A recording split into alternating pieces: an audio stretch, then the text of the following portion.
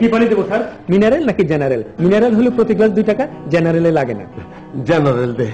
কোন জেনারেল দেবো স্যার? পুকুর নাকি ডোবার, খালের নাকি বিলের, নদীর নাকি কূপের? স্যার আমাশা কিংবা ডায়রিয়া হলে দায়িত্ব কিন্তু আপনার। টিউবওয়েলের পানি দে।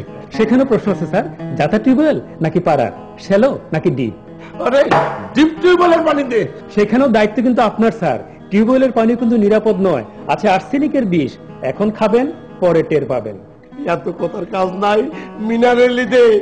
তাই তো বলি ভাই, খেলায় পড়লে খাই। এই নিন পানি। হ্যাঁ, মিনারেল নাকি জেনারেল? আর্সেনিক মুক্ত, বিশুদ্ধ ও নিরাপদ খাবার পানি।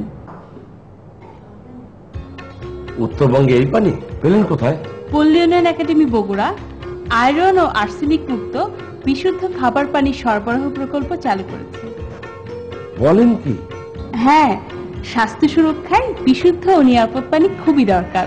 তাই পল্লী উন্নয়ন একাডেমি বগুড়া কম খরচে গভীর নলকূপের সাথে আর্সেনিক ও আয়রন মুক্তকরণ প্ল্যান বসিয়ে স্থানীয় উদ্যোক্তাদের মাধ্যমে গ্রামবাসীদের ঘরে ঘরে বিশুদ্ধ খাবার পানি পৌঁছে দিচ্ছে। এমনকি বিভিন্ন সরকারি ও বেসরকারি প্রতিষ্ঠানও নিজস্ব ক্যাম্পাসে একাডেমির সহায়তায় বিশুদ্ধ খাবার পানির ব্যবস্থা করছে।